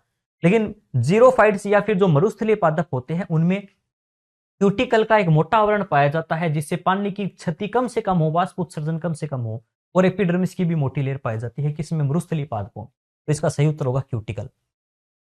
कर्क कोशिकाएं। कर्क क्या होता है आपको याद है? तो रॉबर्ट हुक ने जब कोशिका की खोज की थी तो उन्होंने, मैंने एक शब्द बताया था, इन्होंने कर्क कोशिकाओं का ऊपर रिसर्च की थी। ये पादप की जो छाल वाला भाग होता है वो वाला पार्ट है। तो पादप की जो छाल होती है एक मर्त पर, जिसे इसकी कर्क कोशिकाओं में किसकी उपस्थिति के कारण जल और गैसों का आदान प्रदान नहीं हो पाता, पारगम्यता समाप्त हो जाती है। तो अभी मैंने आपसे क्या कहा? किस एक पदार्थ के जमाव के कारण चीजों का आवागमन पॉसिबल ही नहीं है? तो सुबेरिन। सुबेरिन किस चीज का? सुबेरिन। ठीक है ना? ये पूर्ण रूप से एक प्रकार से क्या कर दिया? इसको विरोध कर देता है, चीजों का आवागमन नहीं होने देता जल कर गैसों का। इसको छोड़कर शेष सभी फ्लोएम कोशिकाएं जीवित होती है। अब देखिए यहां से थोड़ा सा बताता हूं। मैंने कहा जाइलम में भी 4 प्रकार की कोशिकाएं हैं और फ्लोएम में भी 4 प्रकार है। यहां पर लिखता हूं जाइलम और यहां पर लिखता हूं फ्लोएम। इनमें कौन, देखिए एग्जाम में प्रश्न आ सकता है, अच्छे प्रश्न यहां जाइलम और फ्लोएम से सबसे ज्यादा संभावना होती है प्रश्न बनने की, क्योंकि इसकी जो कोशिकाएं हैं वो मोस्टली, देखिए जाइलम के अंदर मोस्टली 4 प्रकार की कोशिकाएं हैं। कौन कौन सी? जाइलम में होती है वाहिकाएं, पहले लिख देता हूं वाहिनिकाएं, वाहिनिकाएं जिसे कहते हैं ट्रेकिड, ट्रेकिड। एक होता है वाहिका, वेसल, वेसल्स। एक होता है जाइलम, मर्दूतक या जाइलम पेरेनकाइमा कह सकते हैं। एक होता है जाइलम दृढ़ोतक भी बोल सकता हूं या जाइलम रेसे भी बोल सकता हूं, क्योंकि जो रेसे होते हैं ये मर्त होते हैं और ये किसके बने होते हैं, ये दृढ़ोतक कोशिकाओं के बने होते हैं, लिग्निन का जमा होता है। देखिए वाहिनिकाएं, वाहिका और जाइलम रेसे तीनों पर लिग्निन का जमा होने के कारण ये मृत होते हैं तीनों ही। वाहिका, वाहिनिका और जाइलम रेसे ये तीनों की तीनों मृत होते हैं, लेकिन मैंने कहा था मर्दूतक, मर्दूतक कोशिकाओं में कोई लिग्निन का जमाव नहीं होता। मैंने पहले भी कहा था जो भोजन का संग्रहण करती है ये जीवित है। केवल और केवल एक ऐसी कोशिका है जाइलम के अंदर, चारों में से वो जीवित है, बाकी तीनों की तीनों मृत हैं। अब देखिए इंटरेस्टिंग बात, फ्लोएम में, फ्लोएम में मोस्टली 4 कोशिकाएं पाई जाती है, लेकिन एनसीईआरटी में एक शब्द लिखा हुआ है कि फ्लोएम में 5 प्रकार की कोशिकाएं होती है। वो क्यों लिखा हुआ उसका एक कारण बताता हूं। सबसे पहले देखो मैं आपको बताता हूं कौन कौन सी। एक होती है चालनी नलिका, और कई जगह इसको लिखते हैं चालनी नलिका को चालनी कोशिका या सेल। क्यों लिखते हैं, देखिए जिम्नोस्पर्म जो प्लांट होते हैं उसमें मोस्टली अपने चालनी नलिका पाई जाती है। अन्य पादप होते हैं, जैसे मान लीजिए एंजियोस्पर्म जो प्लांट होते हैं आवृत बीजी पादपों में चालनी कोशिका के स्थान पे चालनी नलिकाएं पाई जाती है। ये बस अंतर है, बाकी दोनों अथवा में है, होती 4 ही प्रकार की है, लेकिन कई किताबों में आपको चालनी कोशिका भी मिलेगा, चालनी नलिका अलग से लिखा हुआ मिलता है। लेकिन ये 2 कोशिकाएं नहीं है एक ही, लेकिन प्लांट के आधार पर थोड़ा बहुत डिवाइड कर रखा है, लेकिन अपना इतना डिटेल में है नहीं पर्सन। चालनी नलिका कोशिकाएं ये एक ऐसी कोशिका है प्लांट्स के अंदर जिनमें केंद्रक नहीं होता। जैसे हमारी स्तनधारियों की आरबीसी में केंद्रक नहीं होता ना, ठीक उसी प्रकार से मैंने वहां भी आपको बताया था कि प्लांट की कौन सी कोशिकाओं में केंद्रक नहीं पाया जाता। एग्जाम की दृष्टि से मोस्ट इंपोर्टेंट क्वेश्चन है। दूसरा ये भी एक अच्छा प्रश्न है कि निम्न में से कौन सी फ्लोएम में पाई जाने वाली कोशिका है, ये भी प्रश्न आया हुआ एग्जाम में। याद कैसे रखोगे, फ्लोएम का काम क्या होता है, फल, फल यानी भोजन। तो ये भोजन का संवहन करता है, और भोजन जैसे मान लीजिए हम अपने घर पे भोजन बना रहे हैं, आटा वगैरह को छानते हैं, पहले छालने से चालनी का उपयोग करते हैं। तो इस चालनी को स्ट्रिक्ट से याद रखना कि फल यानी भोजन को छालने के लिए चालनी के उपयोग हमने लिया। जबकि वाहिका, वाहिनिका ये पाइप होते हैं एक प्रकार से, तो पाइप का उपयोग हम पानी की सप्लाई के लिए कर रहे हैं। तो ये जाइलम मर्दूतक और जाइलम रेसे तो सभी में, इनमें भी है फ्लोएम रेसे और फ्लोएम मर्दूतक। तो चालनी नलिका इनकी, अब इनमें केंद्रक नहीं है तो इनका काम, इनका नियंत्रण कौन करेगा, दिमाग होता है केंद्रक, तो अब वो ही नहीं है तो काम कैसे करेगी चालनी नलिकाएं, भोजन की सप्लाई कैसे करेगी। तो इसके लिए इनकी मदद करने के लिए कोशिकाएं होती है जिन्हें सह कोशिकाएं कहते हैं, सह कोशिकाएं, कंपेनियन सेल्स, ठीक है ना, सह कोशिकाएं। तीसरा फ्लोएम मर्दूतक, और चौथा है फ्लोएम रेसे। देखिए फ्लोएम रेसे अभी कहा मैंने, ये भी मर्द है तो ये भी मर्द है। रेसे किसके बने थे, दृढ़ोतक के, तो ये मर्द है, एक बात तो क्लियर हो चुकी है। अब इसमें भी ये मर्द था, इसमें भी ये मर्द है, इसमें तो ये दोनों भी मर्द थे, लेकिन याद रखना चालनी नलिका, सह कोशिका और मर्दूतक ये तीनों की तीनों है जीवित। ये तीनों की तीनों कैसे होते हैं, जीवित होते हैं। इसमें केवल एक ही जीवित है, इसमें 3 कोशिकाएं मृत है, एक कोशिका जीवित है, इसमें 3 जीवित है, एक मृत है। अपोजिट सा एकदम सिस्टम है। इस प्रकार से थोड़ा याद रखना कि फ्लोएम में मात्र एक ही कोशिका ऐसी है जो मृत है, जबकि जाइलम में मात्र एक है जो जीवित है। तो मेरे हिसाब से आपको ये बात समझ में आई है कि किस में कौन सी जीवित है, किस में कौन सी मृत है। अब थोड़ा सा प्रश्न पे चलता हूं। निम्न में किसको छोड़कर शेष सभी फ्लोएम कोशिकाएं जीवित होती है, किसको छोड़कर बाकी सभी जीवित है, ये तीनों जीवित है, किसको छोड़कर, फ्लोएम रेसे या फ्लोएम दृढ़ोतक को छोड़कर। तो रेसे को छोड़ दो, बाकी पेरेनकाइमा जीवित है, सहकोशिका जीवित है, चालनी नलिका भी जीवित है। बात समझ आई, चलिए आगे बढ़ते हैं। वायु उत्तक पाया जाता है। देखिए मैंने आपको जब बताया था मर्दूतक, मैंने कहा मर्दूतक के कुछ रूपांतरण हैं, जैसे कुछ में क्लोरोफिल पाया जाता है, उन्हें क्लोरेनकाइमा कहते हैं। कुछ जलीय पादपों में क्या पाई जाती है, हवा भरी होती है उत्तकों के अंदर, तनों मगे पत्तियों में, तो वहां पर उत्तकों में हवा पाई जाती है, उसे क्या कहते हैं, एरेनकाइमा। तो वो होता है जलीय पौधों में। वायु उत्तक या एरेनकाइमा जलीय पौधों में पाई जाती है, याद रखना, अच्छा प्रश्न है। कौन सा लक्षण विभज्योतक में नहीं पाया जाता? विभज्योतक में कौन सा लक्षण नहीं पाया जाता? तो देखिए प्रश्न से थोड़ा सा मैं आपको बता देता हूं। विभज्योतक के कुछ गुण होते हैं जिनमें विभाजन क्षमता होती है, उसको उत्तकों में कुछ विशेषताएं होती है। क्या? पहली बात तो उनमें पतली कोशिका भित्ति का आवरण होता है। कोशिका भित्ति पतली होती है, सेलुलोज वगैरह की बनी होती है, सिंपल जो पादपों की बनी पादपों में जो पाई जाती है, लेकिन पतली होती है। बीच में कोई गैप नहीं होता। देखो अंतर कोशिकी इंटर सेलुलर जो स्पेस होता है वो नहीं पाया जाता। विभज्योतक कोशिकाओं में तो नहीं पाया जाता, लेकिन स्थायी कोशिकाओं में पाया जाता है, कुछ कोशिकाओं में। याद रखना, विभज्योतक कोशिकाओं में इंटरसेलुलर स्पेस नहीं पाया जाता। इनमें एक बड़ा केंद्रक होता है, बड़ा या स्पष्ट केंद्रक देखने को मिलता है। पतली कोशिका भित्ति, बड़ा केंद्रक। इनका जो जीवद्रव्य होता है वो होता है सघन यानी गाढ़ा। इसका जो जीवद्रव्य है साइटोप्लाज्म या फिर कोशिका द्रव्य कह सकते हैं, या फिर पूरा प्रोटोप्लाज्म है, वो गाढ़ा होता है जीवद्रव्य। जीवद्रव्य गाढ़ा, पतली भित्ति। अब देखो केंद्रक बड़ा है, इसका मतलब केंद्रक ने गाढ़ा कब हो सकता है कि उसमें एक ऐसी चीज नहीं है जो स्थान घेरती है पादप कोशिकाओं में सबसे ज्यादा। आपको याद है मैंने कहा पादप कोशिकाओं में एक बड़ी रिक्तिका पाई जाती है। रिक्तिका बड़ी होती है प्लांट्स के अंदर, लेकिन इसमें तो रिक्तिकाएं पाई नहीं जाती। जो वेसल्स होती है, रिक्तिका होती है, वो नहीं पाई जाती। ये कुछ इंपॉर्टेंट बातें हैं। और दूसरी बात, ये जो कोशिकाएं होती है ये अविभेदित होती है। अविभेदित का मतलब हम कह सकते हैं उनमें कोई विभेदन यानी अंतर नहीं है। एक समान ही प्रकार की एक जैसी सी कोशिकाएं होती है, जिसकी कोशिका भित्ति पतली, सघन जीवद्रव्य, बड़ा केंद्रक, बीच में अंतरकोश के स्थान नहीं पाया जाता। ये विभज्योतक कोशिकाओं की खासियत होती है। एग्जाम में कोई भी एक प्रश्न यहां से बनाया जा सकता है कि कौन सा है। जैसे ये प्रश्न बनाया, अच्छा प्रश्न है इस प्रकार से कि कौन सा विभज्योतक में नहीं पाया जाता लक्षण? अस्पष्ट केंद्रक। ये पहला ही गलत हो गया कि कौन सा लक्षण नहीं पाया जाता। ये लक्षण पाया जाता है क्या? अस्पष्ट केंद्रक होता है क्या? हम कहते देखिए एक बहुत अच्छे प्रश्न कब बनते हैं? जब नहीं का प्रश्न देकर आपसे कोई नेगेटिव बात कर ले तो हमें समझ में नहीं आता। इस बात को इस प्रकार से देख सकते हैं हम। देखिए आगे पहले चीजों को पढ़ते हैं। सघन जीवद्रव्य होता है क्या? ये तो होता है, सघन जीवद्रव्य तो होता है। आगे देखिए, पहले क्वेश्चन को अच्छे से पढ़ लेते हैं और फिर उसमें ऑप्शन, पहले ऑप्शन देखते हैं चारों। कभी डाउट हो कि कौन सा सही है कौन सा गलत है, चार चुन लेना, उन चारों में से देखना नेगेटिव कौन सा लग रहा है। हमने जो नॉलेज ले रखी है उनमें से अलग कौन सी बात है? सघन जीवद्रव्य होता है विभज्योतक में। विभाजनशील कोशिकाएं, तो विभज्योतक का तो मेन गुण ही क्या है? विभाजन होना, तो ये तो होता ही है। अविभेदित कोशिकाएं भी होती है जिनमें कोई अंतर नहीं होता, लेकिन स्पष्ट केंद्रक होता है, अस्पष्ट केंद्रक नहीं होता। ये बात गलत है यहां पर, तो इसलिए याद रखना ये गुण नहीं है। कौन सा? अस्पष्ट केंद्रक वाला ही गलत है, बाकी सभी बातें सही है। एक कार्य प्रदान करने के लिए तुकों में संग्रह किस नाम से जाना जाता है? हाँ बिल्कुल, अच्छा सा सिंपल सा प्रश्न है एकदम, कि एक समान कार्य करने के लिए उत्तकों का, एक समान कार्य करने वाले उत्तक मिलकर क्या बनाते हैं? कोशिकाएं मिलकर जब उत्तक बना सकती है तो उत्तक मिलकर क्या बनाएंगे? उत्तक मिलकर बनाते हैं अंग। उत्तकों के संग्रह को या उसका ग्रुप क्या कहलाता है? अंग कहलाता है। ये इंग्लिश में थोड़ा सा टाइपिंग मिस्टेक है, ऑर्गन लिखा होना चाहिए था। या चलो एक ही सही बात है, बॉडी पार्ट ही कह रहे हैं, पूरी बॉडी नहीं करें। पादपों में जाइलम उत्तक किसके लिए उत्तरदायी है? तो जल के संवहन के लिए। सरल सा प्रश्न है। पौधों में फ्लोएम का कार्य क्या होता है? फ्लोएम का होता है इसका भोजन का क्या करना? पत्तियों में पौधे से अन्य से भोजन का परिवहन करना। देखिए भोजन का परिवहन लिखा है, पानी का नहीं होता, रोशनी का नहीं होता, सोडियम का नहीं होता, तो याद रखना भोजन का परिवहन करना है।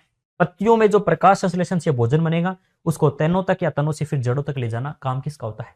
फ्लोएम का होता है। बहुकोशिकीय जीव का एक ऐसा संघ जिसमें उत्तक अनुपस्थित होते हैं। प्रश्न को अच्छे से पढ़ना। यहां पर कई स्टूडेंट गलती कर देते हैं, प्रश्न पढ़ते ही सबसे पहले उत्तर कर देते हैं प्रोटोजोआ। सोचेंगे कि प्रोटोजोआ एक कोशिकीय जीव होते हैं, उनमें तो उत्तक होते ही नहीं है। लेकिन प्रश्न पढ़ना, यहां पर पहली ही लाइन में सब पहला लिखा है बहुकोशिकीय, तो ये तो उत्तर हो ही नहीं सकता, क्योंकि उत्तर तो बहुकोशिकीय में से चुनना है। अब देखिए याद रखना, प्रोटोजोआ है उनमें उत्तक नहीं होते, बात सही है, लेकिन यहां पर यह नहीं पूछा कि कौन से जीवों में उत्तक नहीं होते। ये प्रश्न होता तो प्रोटोजोआ सही हो सकता था। बहुकोशिकीय जीवों में से याद रखना पोरीफेरा संघ के जीव होते हैं, ये बहुकोशिकीय होते हैं। इनमें कोशिकाएं तो ज्यादा होती है, लेकिन वो कोशिकीय स्तर तक का ही होता है, कोशिकाएं मिलकर उत्तक नहीं बनाती है। तो पोरीफेरा जो प्रोटोजोआ से थोड़े से विकसित जीव होते हैं, पोरीफेरा का मतलब होता है जैसे स्पंज वगैरह, स्पोंजिला, यूस्पोंजिला, यूप्लेक्टेला, ये सारे जीव हैं, ये अपने स्पंज या फिर किस संघ में आते हैं? पोरीफेरा संघ में आते हैं। तो पोरीफेरा संघ के जीव होते हैं, ये बहुकोशिकीय तो होते हैं, लेकिन इनमें उत्तक नहीं बनते। किन कोशिकाओं में माइटोकॉन्ड्रिया सर्वाधिक होता है? देखिए माइटोकॉन्ड्रिया का काम क्या होता है? शक्ति प्रदान करना, पावर हाउस होता है। शक्ति की जरूरत कौन सी कोशिकाओं को पड़ती है? जो स्थायी उत्तक होते हैं उनको ज्यादा पड़ेगी, या जो विभाजन कर रहे हैं उनको? सीधी सी बात है, विभाजन करके नई नई कोशिकाएं बनानी है तो ज्यादा उपापचय दर, मेटाबॉलिज्म रेट, याद रखना एक बात और, विभोजक कोशिकाओं की मेटाबॉलिज्म रेट जो होती है, उपापचय दर, वो ज्यादा होती है। ज्यादा होगी तो माइटोकॉन्ड्रिया भी ज्यादा चाहिए। तो किस कोशिकाओं को जरूरत होती है? विभोजक कोशिकाओं को ज्यादा आवश्यकता होती है। कार्य के आधार पर विभोजक का एक प्रकार नहीं है। विभोजक कोशिका का कार्य के आधार पर, देखिए मैंने बताया विभोजक उत्तक स्थिति के आधार पर 3 प्रकार के होते हैं, शीर्षस्थ, अंतर्वेशीय और पार्श्विक। वो स्थिति के आधार पर था कि कहां पाए जा रहे हैं, सबसे ऊपर पाए जा रहे हैं तो शीर्षस्थ, बीच में पाए जाते हैं अंतर्वेशीय, साइड में पाए जा रहे हैं तो पार्श्विक। याद रखना वो स्थिति के आधार पे थे। तो यहां पर पूछा कार्य के आधार पर, तो देखिए प्रोटोडर्म, ग्राउंड मेरिस्टेम और प्रोकेम्बियम, ये तीनों नाम मैंने नहीं बताया था, लेकिन ये अंतर्वेशीय विभोजक वाला बताया था। तो ये कार्य के आधार पे नहीं था ये प्रकार, ये स्थिति के आधार पे था। तो याद रखना इसका सही उत्तर होगा अंतर्वेशीय। जड़ तथा तने की मोटाई, सॉरी मूल, हाँ, या जड़ यानी तने की मोटाई में वृद्धि किसके द्वारा होती है?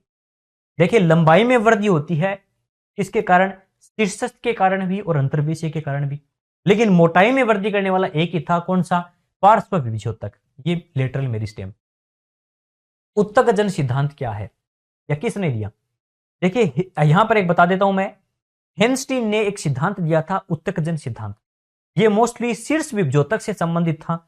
उन्होंने बताया 3 प्रकार के कुछ ऐसे मतलब उत्तक बताए हैं, जिनसे शरीर के जितने भी मान लीजिए उत्तक है, जैसे मान लीजिए पादपों के अंदर एपिडर्मिस किसकी बनी है, हाइपोडर्मिस किसकी बनी है, जाइलम फ्लोएम किसके बने हैं। तो ये उन्होंने बताया कि किससे, 3 बताई उन्होंने कि इन तीनों से सारे उत्तक बने, या अन्य जितने भी उत्तकों के अंदर पार्ट है वो सभी इनसे बने।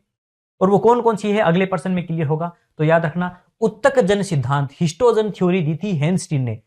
हेनस्टीन हिस्टो एक जैसा सब नाम है, थोड़ा सा रिलेट कर लेना। उत्तक जन सिद्धांत के अनुसार शीर्ष विभोजक, मैंने कहा शीर्ष विभोजक में बताई है इन कोशिकाओं के बारे में 3 स्तर बताए इन्होंने।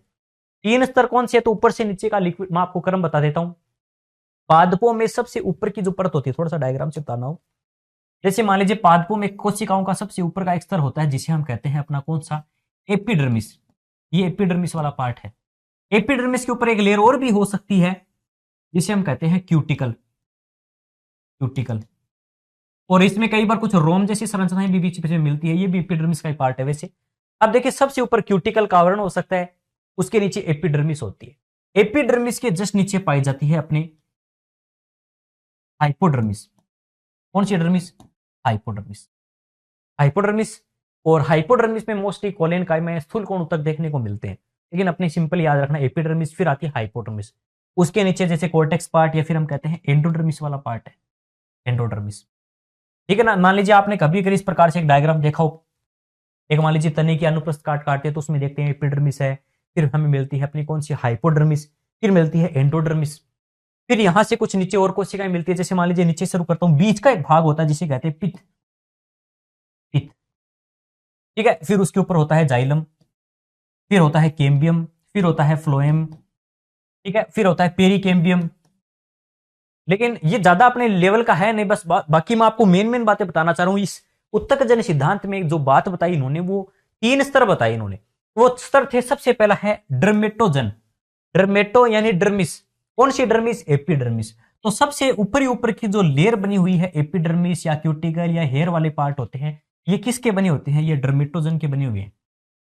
दूसरी बात, ये हाइपोडर्मिस या एंडोडर्मिस वाला पार्ट या कोर्टेक्स वाला जो पार्ट होता है, ये बना होता है अपना किस चीज का? ये बना होता है अपना, यहां पर चलिए नाम नहीं देखा, हाँ ये रहा, वल्कुटजन। वल्कुट का मतलब होता है कोर्टेक्स।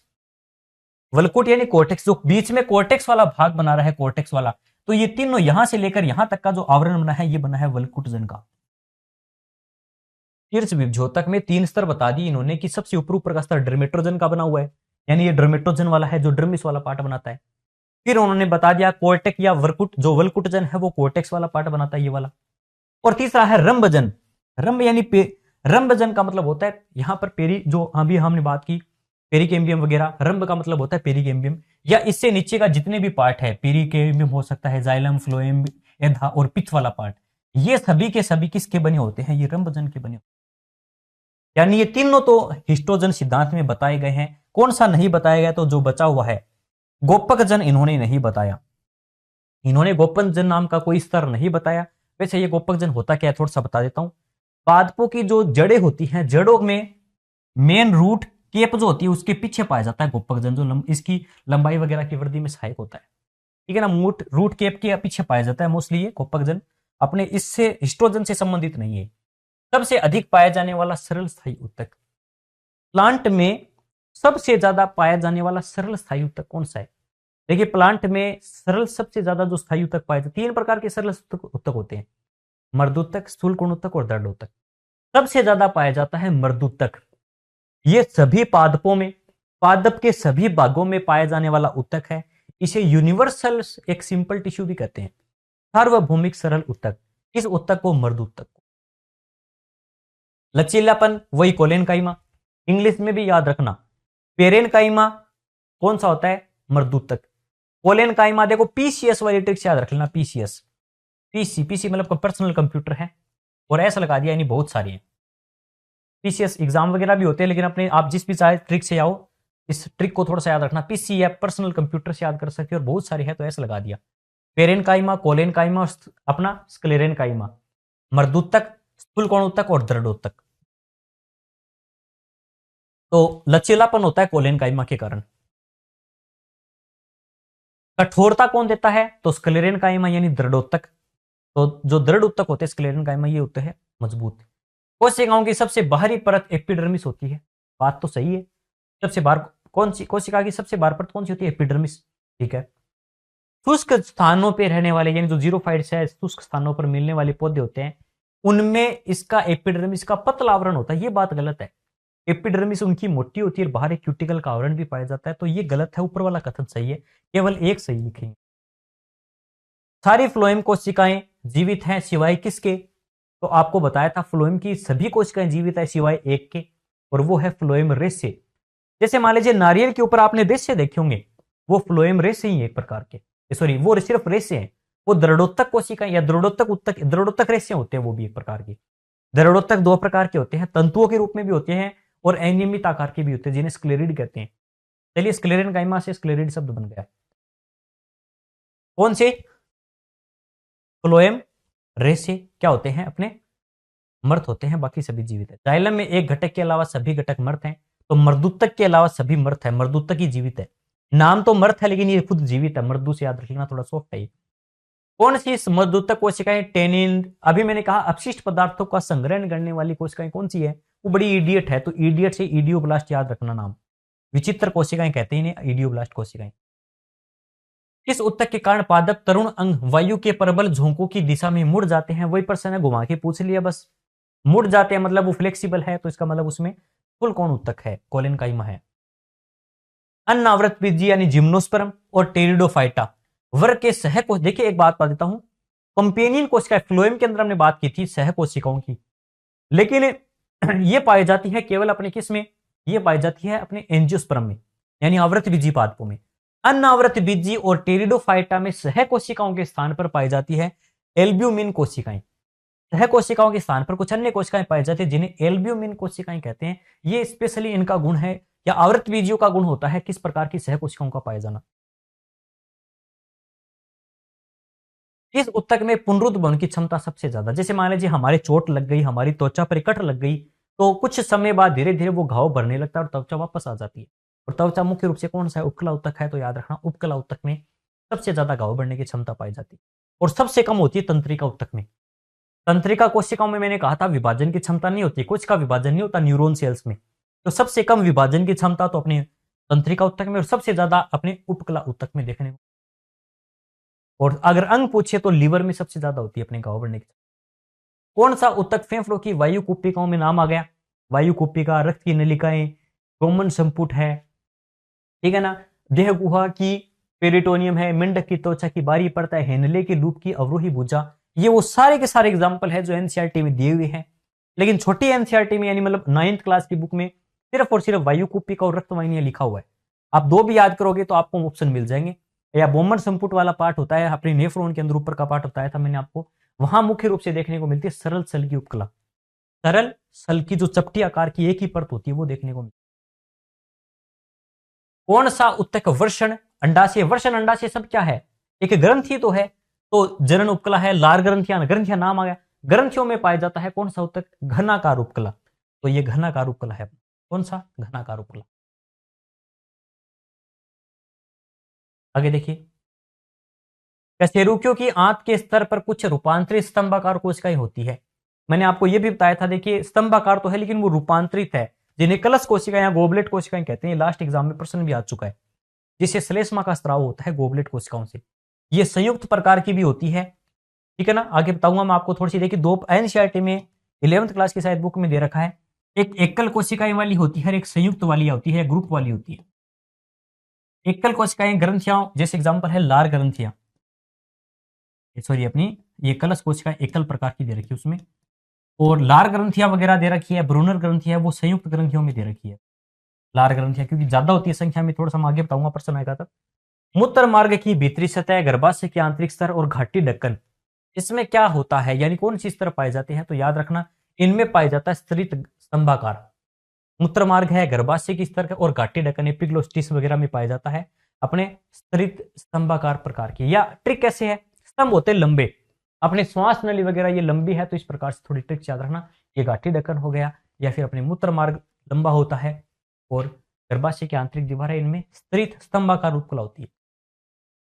आंत की दीवार में स्थित ब्रूनर ग्रंथियां, नाम आ चुका है, देखिए ब्रूनर ग्रंथियां संयुक्त प्रकार की नलिकाकार ग्रंथियां होती है, संयुक्त नलिकाकार ग्रंथियां होती है।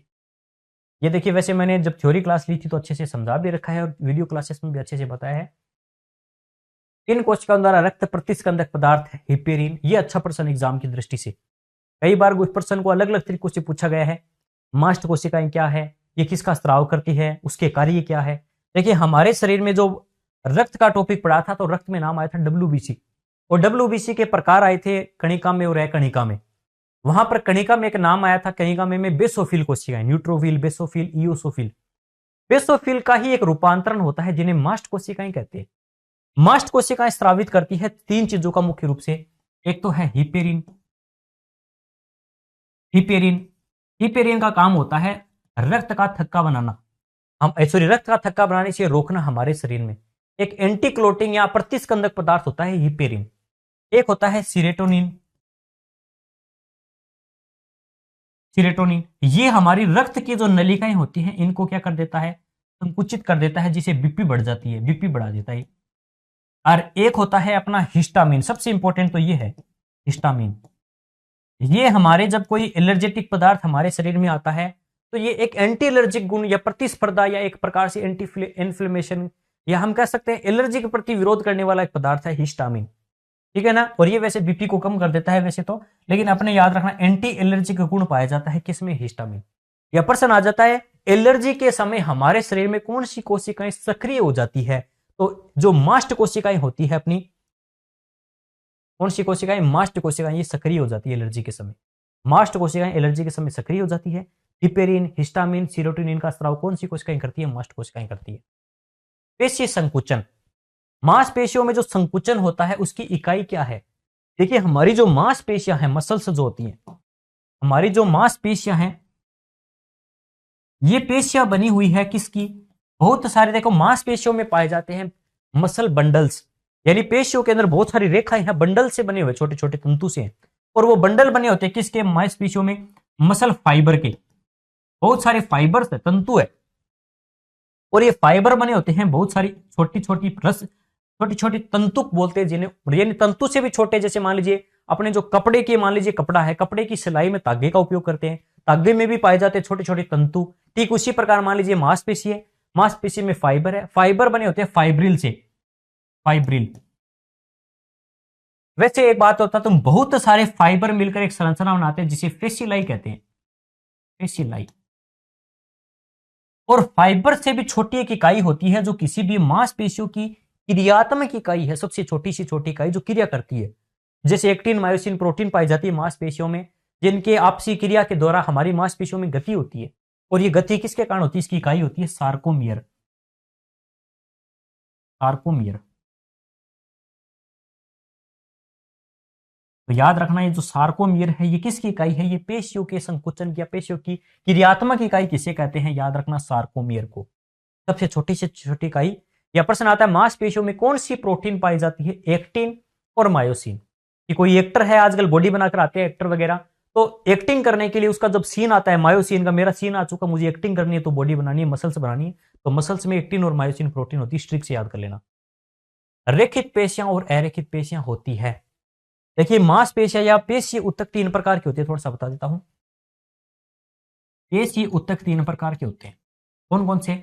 एक होता है रेखित, एक होता है अरेखित, और तीसरा होता है हृदय, या इसे कंकाली उत्तक भी कहते हैं, इसे ऐच्छिक भी कहते हैं,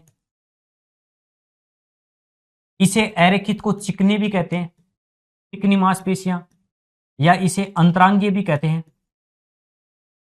अकंकालीय या अरेखित भी कहते हैं। तीसरा है हृदय, तो इसका नाम हृदय है, और इसका कुछ और भी गुण है तो मैं बताता हूं। रेखित या कंकाल, देखिए कंकालीय पेशी इसका नाम क्यों पड़ा, क्योंकि हमारी जो हड्डियां होती है उससे डायरेक्ट जुड़ी हुई है, कंकाल को सपोर्ट दिए, जैसे हम हाथ पैर की जो गतियां करा पाते हैं वो कंकालीय पेशी है। हमारे शरीर में 639 मांसपेशियां टोटल 639, जिनमें से लगभग 400 मांसपेशियां रेखित पेशियां हैं, एक प्रकार से कंकालीय पेशी है। हमारी लगभग पीठ पे 180। देखिए अपने वैसे टॉपिक नहीं है कि कौन सी कहां मांसपेशी कितनी है, संख्या भी बहुत कम चांस है पूछे, लेकिन ये पूछा जा सकता है, उत्तक का टॉपिक है, इसलिए रेखित पेशियां क्यों कहते हैं इन्हें। ये प्रश्न हाल फिलहाल ही EMRS के जीटी के पेपर में पूछा गया है। रेखित इसलिए कहते हैं क्योंकि जब इस पेशियों के अंदर अगर हम देखें तो इसमें एक पतली होती है एक्टिन, एक्टिन और मायोसिन की एक मोटी परत हम कह सकते हैं मायोसिन।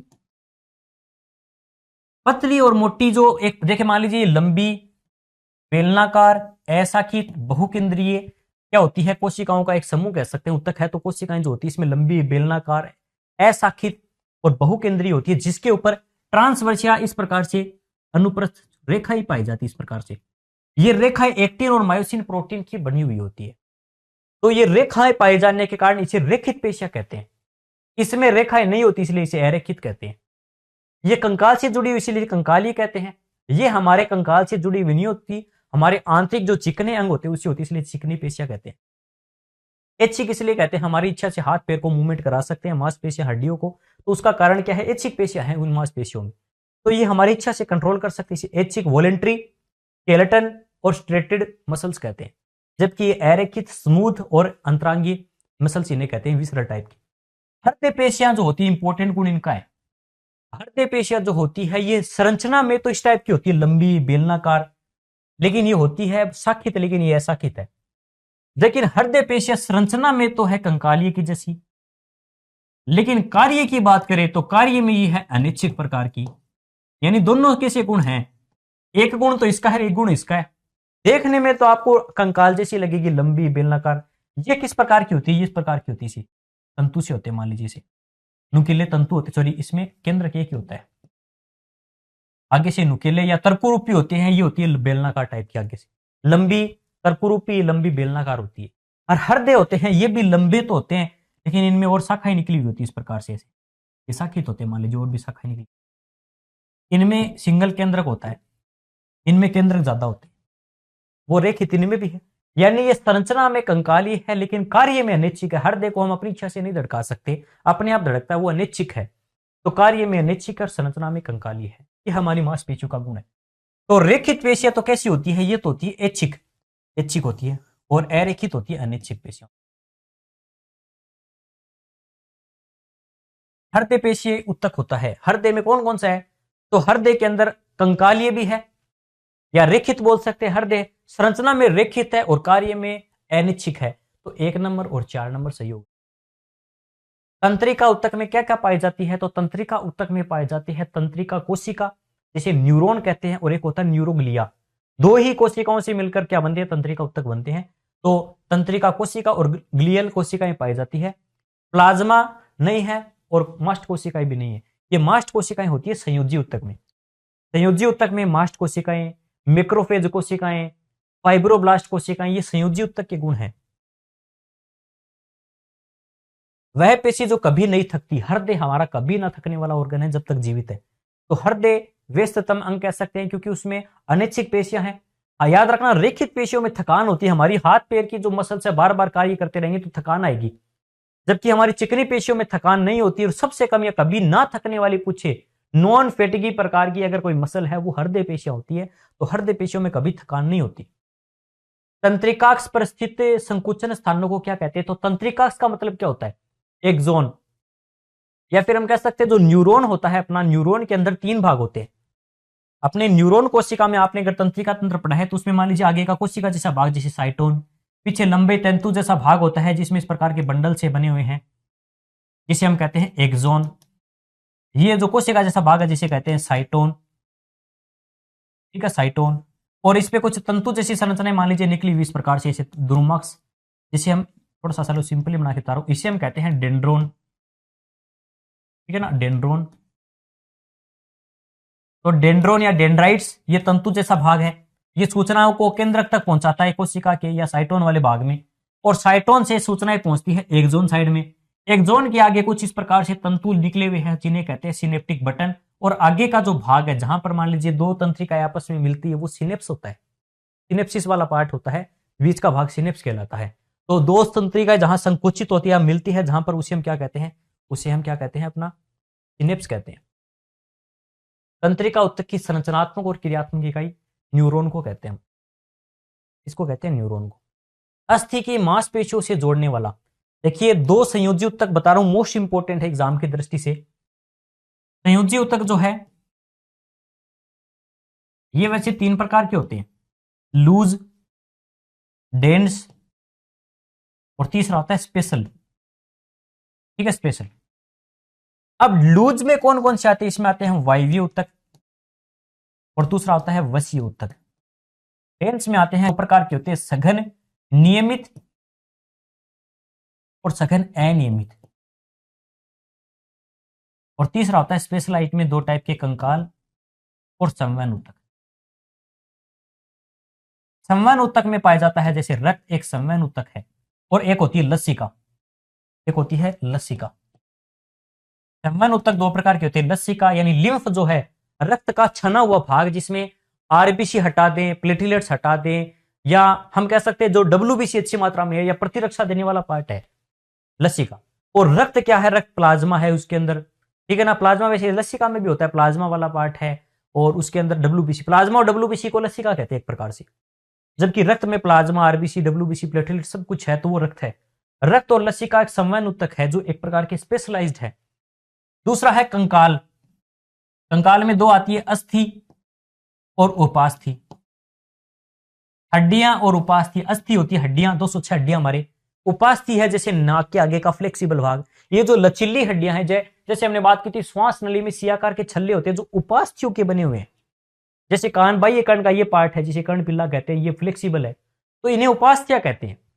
भ्रूण के दौरान उपास्थियां ज्यादा होती है, लेकिन धीरे धीरे इसमें कैल्शियम वगैरह जो खनिजों का जमाव होने से ये कठोर होकर अस्थियों का रूप ले लेती है, वयस्क में प्रतिस्थापित हो जाती है उपास्थियां, किस रूप में? अस्थियों के रूप में। हड्डियों की बात, उपास्थि ये कंकाली ऊतक होते हैं, ये संवहन ऊतक होते हैं, स्पेशलाइट है। सघन जो ऊतक होते हैं, सघन क्यों कहते हैं? क्योंकि इसके अंदर फाइबर्स की मात्रा ज्यादा है। नियमित में बात करते हैं, 2 आते हैं, एक होती है कंडरा, एक होती है स्नायु। स्नायु को कहते हैं लिगामेंट, इसे कहते हैं टेंडन। देखो ड्रा और एक है स्नेह।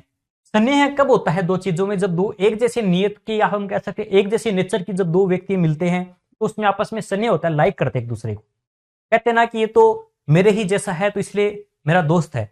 एक जैसे ही संगति वाले दोस्त होते हैं, तो इसलिए याद रखना हड्डी, बोन और बोन को जोड़ने वाला संयोजी ऊतक होता है लिगामेंट, या जिसे स्नायु कहते हैं। स्नेह है किसमें? हड्डी और हड्डी को जोड़ने वाला जो ऊतक है, एक जैसा है, हड्डी हड्डी एक जैसी चीज है, उनको जोड़ने वाला। लेकिन हड्डी को मसल से जोड़ने वाला एक ऊतक है, उसे कहते हैं कंडरा। कंडरा यानी कन जाने पर डरा रहा है। क्यों डरा रहा है? क्यों? बोन अलग चीज है, मसल अलग है। देखिए मसल कहां कमजोर है, जबकि बोन जो है वो कहां मजबूत है। एक मजबूत एक कमजोर है, मतलब 2 अलग अलग चीजें मिल रही है, तो ज्यादा मजबूत है, कन जाने पर वो डरा रहा है। तो इस ट्रिक से थोड़ा याद रख लेना। कंडरा पाई जाती है हड्डियों को मांसपेशियों जोड़ने वाला जो संयोजी ऊतक, उसे कंडरा या टेंडन कहते हैं, टेंडन, ठीक है। ये इंपॉर्टेंट है एग्जाम की दृष्टि से। अस्थि को मांसपेशियों से, देखो हड्डी को, बोन को मसल से जोड़ता, उसे क्या कहते हैं? उसे टेंडन कहते हैं, टेंडन। और लिगा को लाइक से याद कर लेना, डेंटिन क्या होता है आपको पता ही है।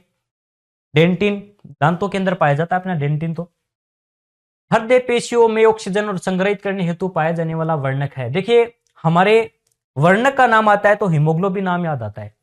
अब हीमोग्लोबिन मांसपेशियों में पाया जाता है, उसे देखिए मांसपेशियों का अध्ययन किया जाता है मायोलॉजी में। मायोलॉजी, आपको मायो शब्द कहीं भी मिल जाए मायो तो समझ लेना मायो, या फिर सार्कोलॉजी में अध्ययन करते हैं। सार्कोलॉजी, सार्कोलॉजी या मायोलॉजी में किसका अध्ययन करते हैं? पेशियों का अध्ययन करते हैं, मांसपेशियों का। मायो शब्द जहां भी मिल जाए समझ लेना मांसपेशियों की बात हो रही है। जैसे हीमोग्लोबिन के स्थान पर आपको मायोग्लोबिन शब्द मिल जाए तो बात हो रही है मांसपेशियों का जो गहरा लाल रंग होता है वो मायोग्लोबिन के कारण होता है। मांसपेशियों में कौन सा वर्णक पाया जाता है? मायोग्लोबिन। तो ये थोड़ा सा याद रखना, मायोसिन, एक्टिन, मायोग्लोबिन, ये मायोग्लोबिन है। प्रोटीन पूछता तो एक्टिन हो जाती है, एक्टिन और मायोसिन, ये है प्रोटीन, ये है इसमें पाए जाने वाला वर्णक। मानव शरीर की सबसे अधिक पाई जाने वाली प्रोटीन, मानव शरीर में सबसे ज्यादा मात्रा में पाई जाती है अपने ये कोलेजन प्रोटीन। कौन सी होती है? कोलेजन। ये वैसे संयोजी ऊतक में पाई जाती है। देखिए संयोजी ऊतक 3 चीजों से मिलकर बना होता है। संयोजी ऊतक में कुछ संयोजी सेल्स होती है, कुछ फाइबर होते हैं और कुछ मैट्रिक्स होता है। मैट्रिक्स यानी उसका लिक्विड पार्ट। कोशिकाओं में बात करें तो जैसे फाइब्रोब्लास्ट, ठीक है, मैक्रोफेज, मास्ट कोशिकाएं, फैटी सेल्स, ये कोशिकाएं पाई जाती है अपने कनेक्टिव टिश्यू के अंदर। ये कनेक्टिव टिश्यू है वो 3 चीजों से मिलकर बना है, उसमें कुछ कोशिकाओं से मिलकर बनते ऊतक। तो कोशिकाएं इस प्रकार की होती है। ये फाइब्रोब्लास्ट है, कुछ फाइबर बनाता है। फाइबर 3 प्रकार के होते हैं, जैसे कोलेजन फाइबर, इसे श्वेत तंतु भी कहते हैं, श्वेत तंतु।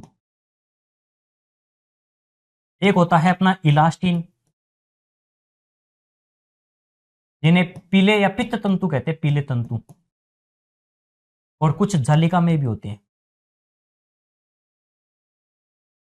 रेटिकुलिन टाइप के होते हैं कुछ जालिका में।